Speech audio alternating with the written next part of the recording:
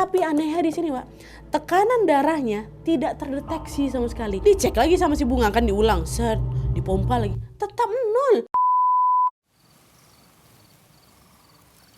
Hai, wassalamualaikum warahmatullahi wabarakatuh. Terima kasih sudah klik video ini. Masih di rangkaian spesial Halloween, Wak. Di malam minggu ini aku datang lagi dengan membawakan satu kisah horor Wawa series Profesi. Nah, di video malam ini, Wak, aku akan menceritakan kisah horor Wawa yang berkaitan dengan pasien goib. Ya Allah, ternyata nggak cuma manusia aja, Wak, yang berobat untuk bisa mendapatkan pertolongan medis, Wak. Makhluk dari alam goib juga. Pada saat itu, Wak, Wawa yang kisahnya akan aku ceritakan ini didatangin sama seorang perempuan hamil yang penampilannya sangat sederhana, bahkan juga mengundang rasa iba bagi siapapun yang melihat dia. Tapi di balik penampilannya yang sederhana itu, Wak, pasien ini menyimpan sebuah rahasia hidup yang sangat kelam. Nah, penasaran dengan gimana kisah selengkapnya? Jadi tanpa berlama-lama kita langsung masuk aja ke ceritanya ya. Check it out.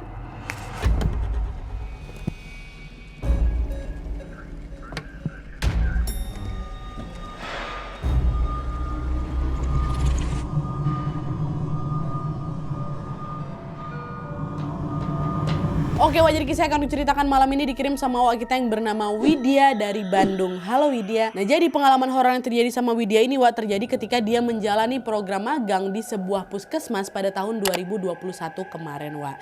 Jadi ceritanya pada saat itu Widya ini kuliah jurusan kebidanan di salah satu kampus yang ada di Bandung. Dan sebagai persyaratan lulus kuliah, Widya ini harus mengikuti magang selama 2 bulan di rumah sakit, di klinik, ataupun di puskesmas. Jadi boleh lah ini pilih salah satu, ya kan. Nah, dengan adanya aturan itu, Wak, Widya pun mengajak 2 teman kampusnya yang bernama Bunga dan Yuni untuk mencari tempat magang bersama gitu. Dan setelah mencari-cari tempat magang ini, mereka pun akhirnya diterima magang di sebuah puskesmas yang kita sebut aja lah namanya Puskesmas A gitu ya. Nah, selama magang di sana, Wak, mereka bertiga diwajibkan untuk bekerja dengan sistem shift. Jadi ada sistem shift pagi, shift siang, dan juga shift malam. Dan selain bekerja dengan sistem shift itu, mereka ini juga diharuskan untuk menangani pasien seperti bidan-bidan senior yang ada di sana. Nah, meskipun pekerjaan itu cukup berat, mereka bertiga menjalaninya dengan lancar tanpa ada kendala berarti. Tapi ketika memasuki minggu-minggu terakhirnya magang, Wak, Widya dan kedua temannya ini tiba-tiba mengalami kejadian mistis yang tidak akan pernah mereka lupakan seumur hidup mereka. Jadi ceritanya, Wak, waktu itu si Widya ini bekerja shift malam bersama juga sama 2 teman magangnya ini, si Bunga sama si Yuni, ditambah lagi dengan 2 bidan senior mereka namanya Bu Sari dan juga Bu Iin. Dan selain itu juga ada satpam yang namanya Pak Didit yang jaga di puskesmas itu. Jadi total ada 6 orang yang berjaga di shift malam itu ya. Nah, meskipun yang berjaga di puskesmas itu cukup banyak, Wak, malam itu tidak ada satupun pasien yang datang ke sana gara-gara di luar tuh lagi hujan deras sekali, Nat, katanya. Nah, karena nggak ada pasien, Widya, Yuni, dan juga Bunga ini pun menghabiskan waktu mereka untuk mengobrol di ruang istirahat. Nah, pas lagi asik-asik ngobrol gini, tiba-tiba Bunga temannya ini ngeluh nggak enak badan dia. Terus gak lama kemudian dia bilang lah ke si Widya, Widya, boleh gak tolongin aku, ambilin aku minum, aku haus, cuman badanku lemas sekali, rasanya aku gak sanggup nih buat berdiri, kata Bunga kayak gitu kan. Nah, oh iya boleh, bentar ya aku ambilkan dulu, kata si Widya. Widya pun segera langsung pergi keluar dari ruang istirahat itu dan mengambil segelas air yang ada di pantry. Nah, terus di saat yang sama Widya dengar ada suara seorang perempuan yang manggil dia, pelan kali suara dia. Nah, dia bilang kayak gini, Dek Widya, sini bantuin ibu, katanya. Nah, dengar itu Widya langsung nengok lah kan ke belakang, ke kanan, kiri. Rupanya nggak ada orang lah dia. Siapa yang manggil aku tadi? Cuman dari suaranya kayak suara Bu Iin itu, tapi orangnya di mana ya gitu kan. Nah, karena penasaran Widya pun segera langsung mencari sumber suara itu.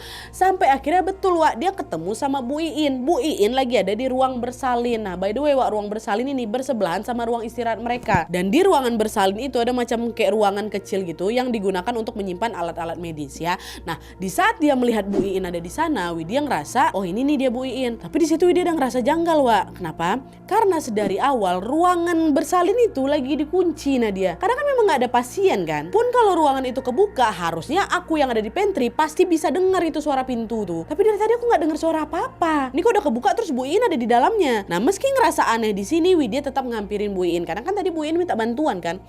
Bu, barusan ibu manggil saya ya, ada apa? Butuh bantuan apa, Bu? oh iya saya yang manggil tadi, tolong bantuin ibu rapiin alat-alat ini ya, nanti kalau udah tolong simpan di ruangannya, kata Bu In gitu. Oh iya Bu, baik gitu. Udah di situ Widya nggak jadi Wak ngambilin minum buat si Bunga, dia memilih untuk membantu Bu Iin dulu. Udah diberes-beresinnya kan alat medis nggak banyak, nah aku beresin bentar gitu kan. Nah setelah membereskan alat medis itu, Widya pun segera langsung menyimpan semua alat itu ke dalam si ruangan kecil tadi itu kan, sesuai dengan perintahnya Bu Iin.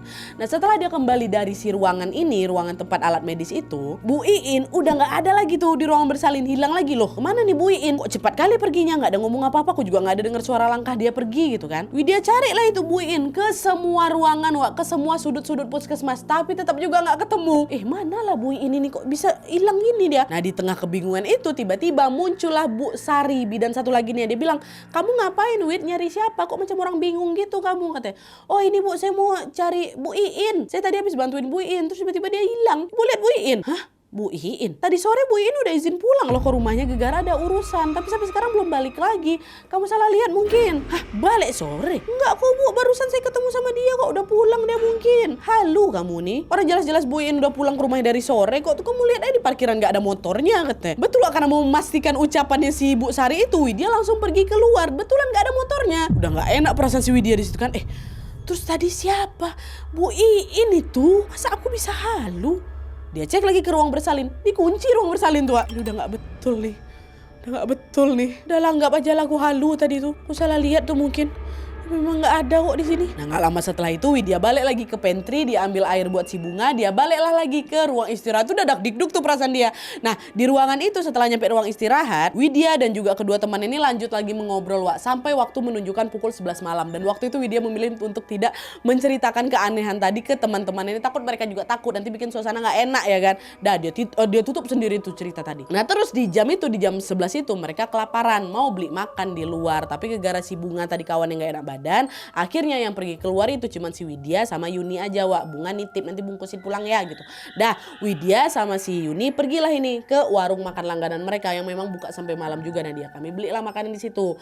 Selesai beli mereka balik lagi nih ke puskesmas, terus makan nih sama si Bunga gitu kan. Nggak ada apa-apa tuh Bunga waktu ditinggalin, makan rame-rame. Terus waktu lagi enak-enaknya makan, tiba-tiba Yuni ngomong, kok ada bau amis ya, macam amis darah, kata Yuni kan. Iya Wak, bau ini, kata si Bunga cium juga. Nah dengar kedua temannya ini ribut-ribut soal bau, dia bilang lagi, bau amis apa? Aku gak cium apa-apa kok. Bau nih Wak, kecium kok, aku kok kecium kan Bunga, kata Yuni. Iya, kok gak cium? Enggak ada, udahlah gak usah dipikirin lagi, makan loh ini kita. Memang aku di situ gak cium apa-apa dan dia udah biasa aja. Tapi dua temennya ini nyium. Nah akhirnya udah tuh lanjut makan lagi kan. Nah setelah selesai makan mereka bertiga lanjutlah itu ngobrol lagi di ruang istirahat. Nah di antara obrolan itu mereka ini memang bercanda-bercanda, biasalah kan perempuan-perempuan lagi ngumpul bertiga bercanda-bercandaan tuh ya, ketawa-ketawa mereka. Ketawa perempuan kan lebih nyaring kan, keras pula suara ketawanya tuh waktu itu. Wah, pokoknya kekek-kekek lah mereka. Nah awalnya nggak ada sesuatu yang aneh nih Wak. Tapi waktu mereka lagi ketawa nyaring itu, samar-samar Bunga kawan yang tadi sakit itu dengar ada suara perempuan yang juga ikut ketawa. Nah dia cuman suaranya lebih lengking lagi dibanding kami. Wak, dengar nggak? Kalian dengar nggak? Iya Wak, dengar aku. Siapa tuh yang ketawa? Nah di saat yang hampir bersamaan si Widya Wawak kita ini nggak sengaja noleh ke arah jendela. Dan disitulah ya Allah ya Robi, aku nengok ada perempuan tegak di situ. Perempuan rambutnya gimbal, matanya merah melotot ke arahku. Katanya, astagfirullahaladzim, kata si Widya kan. Langsung refleks Widya keluar dari ruangan, diikuti juga sama Bunga sama Yuni nih Wak. Nah pas mereka lagi di luar, tiba-tiba si Bunga yang malah nangis histeris dia pegang kedua telinganya kan. Kata dia gitu. Makin panik si Widya, pokoknya makin chaos lagi lah waktu itu kan. Panik dia langsung lah cari Bu Sari. Bu, tolongin si Bunga Bu, dia tiba-tiba nangis Bu. Dengar itu Bu Sari langsung datang, dia berusaha juga buat menenangkan si Bunga. Udah tenang Bunga, tenang, gak kenapa-napa kok, udah tenang. Tapi makin ditenangkan Bunga justru makin tidak terkendali lagi. Wah, makin histeris dia. Nah karena gak sanggup nenangin si Bunga, Bu Sari bilang, Widya, tolonglah panggil Pak Didi di pos satpam, katanya. Nah pas Widya ini beranjak dan jalan ke depan, pas dia sampai di depan pintu puskesmas itu, langkah Widya tiba-tiba terhenti Karena dia nengok lagi ada perempuan baju merah tadi, perempuan baju merah muncul depan dia. Tersenyum. Widya nengok lagi depan pintu tuh. Dia langsung tutup mata ya kan, sambil baca-baca doa dalam hati. Astagfirullahaladzim, ya Allah tolong aku ya Allah, astagfirullah. Terus waktu dibuka lagi udah nggak ada lagi sosok itu. Mau balik lagi, kasihan si Bunga masih menangis-nangis kayak gitu. Akhirnya aku beranikan diri, bismillah, aku panggil lah Pak Didit itu juga. Tetap dia panggil Pak Didit depan pos satpam. Pak Didit pun langsung datang ke tempat si Bunga tadi. Nah, melihat kondisi Bunga, Pak Didit langsung membacakan surat-surat pendek dan memaksa Bunga untuk meminum air yang memang sudah didoakan. Dan tenang dulu Mbak, minum dulu. Nah, nggak lama setelah itu Bunga akhirnya berhenti berteriak dan sudah bisa ditenangkan, Wak. Dan setelah situasi udah agak kondusif nih barulah Pak Didit nanya, Pak Satpam nih nanya, Mbak, ini kalian habis ngapain toh? Kok tiba-tiba teman kalian histeris kayak gini? Bu Sarinya lah, iya mereka dari tadi bercanda Pak, tapi suaranya kencang kali. Saya yang di belakangnya dengar suara mereka. Mungkin ada makhluk halus yang keganggu nih sama suara kalian, kata Bu Sari gitu. Nah di situ Widya ngaku, oh iya Pak, tadi kami habis ketawa-ketawa memang. Terus nggak lama kemudian itulah Pak, kami ditampakin ada perempuan dekat jendela ruang istirahat tuh. Hah? Sosok perempuan? Gimana wujudnya, kata Pak Didit gitu. Widya pun jelas kalau sosok perempuan tuh bajunya merah Pak, matanya melotot, terus rambutnya gimbal. Nah setelah mendengar penjelasan Widya, Pak Didit sama Bu Sari ini tiba-tiba berpandang dia seolah-olah tahu sesuatu lah gitu. Nah Widya yang menangkap sinyal itu langsung nanya lah ke Pak Didit, emang kenapa Pak, siapa sosok itu, Bapak tahu kan itu siapa gitu. Oh saya nggak tahu Mbak, itu cuma makhluk iseng aja tuh. Udah lebih baik kalian semua istirahat dan jangan pernah tertawa kencang-kencang ya Mbak ya, jaga suaranya, kata Pak Didit gitu. Nah dengar itu Widya, Bunga sama Yuni pun menurut, tapi kali ini kami udah nggak berani lagi istirahat dekat ruang ruang istirahat tuh. Kami duduk semua di bawah dekat meja resepsionis tuh. Nah di situ kami ngalihkan lah itu pembicaraan kan supaya nggak mencekam kali lah itu situasinya kan. Bu Sari balik lagi ke ruangan dia. Dah balik lagi nih Wak ke kondisi yang agak normal lah gitu kan, nggak ada aneh-aneh lagi. Tapi selang beberapa jam kemudian kejadian mistis kembali lagi datang Wak. Ini lebih ekstrim lagi. Jadi di malam itu, ini masih di hari yang sama nih Wak ya, Widya sama kedua temannya itu nggak ada yang bisa gantian tidur gitu Wak, gara-gara mereka sama-sama masih kebayang kejadian tadi. Dan untuk mengusir rasa bosannya, mereka ya udah sama-sama masing-masing main-main HP gitu sampai malam makin larut lagi. Nah ketika waktu menunjukkan pukul 2 malam, mereka dengar ada suara benda jatuh dari ruangan bersalin, ya kan? Apa tuh? Nah, meski penasaran, mereka memutuskan untuk mengabaikan suara itu. Mereka lanjut lagi main HP, udah nggak usah diopenin, nggak usah ditanggepin gitu, udah main HP lagi. Nah, nggak lama kemudian tiba-tiba Bunga dicengkramnya tangan Widya. Wid, barusan aku nengok kursi roda depan kita tuh tiba-tiba jalan sendiri gitu. Ah, yang betul kau. Salah tengok nggak kok? Betulan aku nggak salah tengok. Iya tengok lah tuh. Widya pun berdiri bentar sambil memastikan perkataan si Bunga tadi kan. Ku tengok tuh kursi rodanya. Nggak gerak, diam aja salah tengok ini si Bunga gitu. Nah karena nggak ada sesuatu yang mencurigakan, Widya balik lagi lah itu rebahan di bawah meja resepsionis itu kan. Nggak ada salah tengok kau. Gara-gara lagi rebahan, terus di luar juga hujan deras sekali, anginnya sepoi-sepoi masuk, ketiduran aku dia. Nah pas lagi enak-enak tidur ini Widya tiba-tiba dibangunin sama si Yuni. Wid bangun, ada pasien mau lahiran katanya. Nah denger itu Widya langsung dibuka matanya, dirapikan bajunya, terus dihampiri lah itu pasien yang datang tua. Memang ada pasien datang. Nah setelah dihampiri, Widya ini baru tahu kalau pasien itu adalah seorang perempuan muda. Perutnya udah besar kali, nah dia tubuhnya basah kuyup, mungkin gara-gara kehujanan kan. Dan dia hanya datang sendirian tanpa ditemanin sama siapapun. Widya pun langsung nyambut, dipapahnya lah ini pasien, dipersilakan lah itu perempuan itu duduk di ruang bersalin dengan ditemanin sama Bunga. Jadi berdua nih mapah si ibu itu, si perempuan ini masuk ke ruang bersalin. Dan sebagaimana SOP di puskesmas itu, Wak, Widya pun ya menanyakan identitas pasien itu lah kan, ibu namanya siapa, rumahnya di mana gitu. Tapi setelah ditanyai, Wak, perempuan tuh diam aja, ditunduknya aja kepala, dia nggak jawab sepatah kata apapun. Nah meskipun pertanyaannya tidak dijawab, ya waktu itu Widya tuh mikirnya nggak macem-macem, Wak. Dia mikir mungkin ibu ini lagi kecapean, lagi hamil besar kan, mungkin dia kehilangan fokus apa kayak gimana, makanya nggak sanggup ngomong. Nah khawatir dengan kondisi perempuan itu, Wak, Widya dan juga Bunga segera langsung mempersiapkan peralatan untuk bersalin. Sementara Yuni temannya langsung manggil Bu Sari kan, bidan seniornya Bu Sari kan, panggil Bu Sari. Nah pas mereka lagi sibuk-sibuk nyiapin peralatan ini, tiba-tiba perempuan itu berteriak, tolong, sakit, saya nggak kuat, tolong saya, kata. Dengar itu dia berusaha langsung nenangin ibu sebentar ya Bu, ya kami lagi siapin alat-alatnya dulu, ibu sabar ya.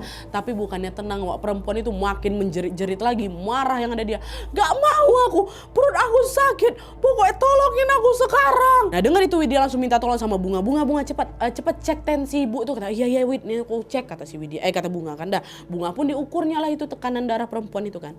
Tapi anehnya di sini, Pak, tekanan darahnya tidak terdeteksi sama sekali. Angka di alat tensi itu stuck di angka 0, Nat. Kok 0? Apa nih? Dicek lagi sama si Bunga kan, diulang, set, dipompa lagi, tetap 0. Betul-betul nggak terdeteksi, Wak. Tuh ya kaget si Bunga kan, bingung juga kenapa kayak gini. Selama ini aku magang di sini nggak pernah lah kayak gini. Nggak pernahnya aku tengok ada alat tensi stuck di 0 pada dipompa. Dan nggak nyerah di situ aja, Bunga pun lalu mengecek alat vital perempuan itu untuk memastikan pembukaan dan juga melihat posisi bayinya nih kan. Tapi Wak, waktu dicek perempuan itu juga belum mengalami pembukaan dan bayinya juga belum menunjukkan tanda-tanda mau lahir gitu loh. Panik lagi si Bunga ini kan. Widya gimana nih? Ibu tuh belum ada tanda-tanda mau lahiran loh. Tensinya juga nggak terdeteksi itu kok. Masa sih? Coba cek sekali lagi, mungkin ada yang salah tuh dari alatnya. Yaudah ya aku cek lagi ya, udah dicek lagi sama si Bunga kan, betul udah dicek alatnya, udah dicek semuanya, nggak ada, masih tetap 0. Dan di saat yang sama juga Wak, si perempuan ini masih menjerit-menjerit juga sampai bikinnya suasana jadi makin chaos lah ya kan. Nah untungnya nggak lama kemudian Yuni datang Wak ke ruang bersalin, tapi waktu itu cuma sendirian, Bu Sari nggak ada. Widya nanya, loh mana Bu Sari, Wak? Kok nggak sama kamu? Iya tadi udah aku panggil, katanya dia mau nyusul, bentar lagi dia kesini kok, kata Yuni kayak gitu kan. Oh ya udah, kalau gitu bantulah aku tenangin ibu ini ya, dari tadi dia histeris terus. Yuni gabung juga nih Wak, dihampirinya perempuan itu, dikasihnya segelas air, kan berusaha buat nenangin si perempuan ini, ya tolong, dia masih teriak-teriak juga. Tapi segimanapun Yuni berusaha dan dua teman lainnya juga berusaha Wak, perempuan itu tidak bisa tenang, dia malah menjerit-jerit makin kencang lagi. Nah karena nggak tahu harus berbuat apa, Widya pun akhirnya mengajak si Yuni untuk balik lagi manggil Bu Sari. Di mana nih Bu Sari, belum datang-datang juga, ayo panggil lagi. Mereka berdua manggil, Bunga lah tinggal sendirian di situ kan. Bunga, kamu tunggu di sini ya, tenangin ibu nih, kami manggil Bu Sari. Iya Wak, cepat, kata Bunga. Datung mereka berdua pun segera menghampiri Bu Sari lagi di ruangannya, terus diketok lah itu pintunya. Bu Sari, Bu, katanya. Ketutup pintunya Bu Sari, Wak. Nah nggak lama Bu Sari keluar, tapi dengan polosnya dia nanya, ada apa? Kenapa nih malam-malam kesini? Katanya gitu. Loh Bu, itu loh di ruang bersalin ada pasien mau ngelahirin. Saya tadi udah ngasih tahu ibu. Kata siapa? Kata si Yuni. Hah? Kapan kamu ngasih tahu saya? Saya dari tadi di ruangan nggak ada yang datang kok. Kata Bu apa gitu. Kok udah betulan manggil Bu Sari belum Yuni? Kata si Widya. Betul Wak, Bu Sari aku panggil tadi, kita ngomong kok Bu. Widya pikir Yuninya bohong. Enggak Wak, demi Allah aku udah panggil tadi Bu Sari. Bu Sari sama aku, ibu bilang nanti Bu nyusul. Di situ Widya langsung ingat sesuatu. Jangan-jangan ini sama kayak kemarin juga, cuman aku bedanya Bu Iin, tapi ini Bu Sari gitu kan. Tapi kan waktu itu situasi lagi nggak baik kali Wak. Widya pun segera langsung ngajak Bu Sari ini pergi ke ruang bersalin. Lah Bu, kita pergi ke sana Bu. Udah ada yang perempuan mau melahirkan tuh, dia teriak-teriak katanya. Nah, tapi sesampainya di ruang bersalin itu Wak, betapa terkejutnya mereka karena perempuan itu udah nggak ada di tempatnya dan Bunga pingsan. Tapi pingsannya bukan di ruangan bersalin tempat terakhir sama si pasien ini Wak, tapi di depan ruang penyimpanan alat-alat medis tuh. Di situ pingsan. Bunga kenapa kau? Ngapa kau pingsan? Langsung panggil Pak Didit kan. Waktu Pak Didit datang, Bunga langsung digotong ke tempat tidur, langsung dikasih macam aromaterapi gitulah supaya dia cepat sadar. Terus gak lama kemudian Bunga akhirnya mendapatkan kesadarannya Wak. Waktu dia terbangun, Widya langsung nanyain Bunga dengan hati-hati. Bunga kok kenapa Bunga? Tadi kami nemuin kau pingsan di ruang bersalin. Kenapa? Kemana pasien ibu-ibu tadi? Dengar itu makin pucat lagi muka isi Bunga Wak. Dia waktu itu terdiam cukup lama, nah dia macam masih shock gitulah, dan akhirnya dia pun bercerita tentang kejadian yang menimpanya sebelum pingsan waktu dia lagi ditinggal sama dua kawannya tadi tuh. Jadi Wak, di saat Widya dan juga Yuni ini manggil Bu Sari, Bunga waktu itu kan tetap masih berusaha menenangkan ibu itu sambil juga tetap mengukur tekanan darah si perempuan itu kan untuk kesekian kalinya. Tapi ketika proses pengecekan itu berlangsung, tiba-tiba si perempuan ini dicengkramnya tangan aku Nat pula Wak. Dicengkramnya, terus kuku-kukunya tuh macam ditusuknya gitu loh ke kulitnya si Bunga. Nah dapat perlakuan yang kayak gitu, Bunga langsung refleks ditepis silakan tangannya kan. Apa nih? Widya, Yuni sini tolongin aku Widya. Pokoknya dia teriak Wak, manggil dua kawannya. Tapi meskipun sudah teriak-teriak manggil kawannya itu Wak, dua orang ini nggak datang nolong. Bahkan waktu itu Widya sama si Yuni sama Bu Sari juga nggak dengar suaranya si Bunga sama sekali. Mereka nggak dengar padahal itu ruangannya nggak begitu jauh Wak. Dan seolah belum puas mencengkram tangannya Bunga itu Wak, perempuan ini tiba-tiba langsung berubah wujud ke sosok makhluk berambut gimbal, mulutnya sobek sampai ke telinga, kedua matanya melotot macam marah gitu, dan seluruh bajunya tuh macam penuh cipratan darah gitu loh Wak. Baunya amis sekali kata si Bunga. Dan seramnya lagi, sosok itu tiba-tiba ketawa kencang sampai bikin Bunga ini ketakutan, jatuh pingsan. Itu yang dialami Bunga. Nah dengar penjelasan itu, Pak Didit sama Bu Sari lagi-lagi saling berpandangan. seolah-olah sedang menutupi sesuatu.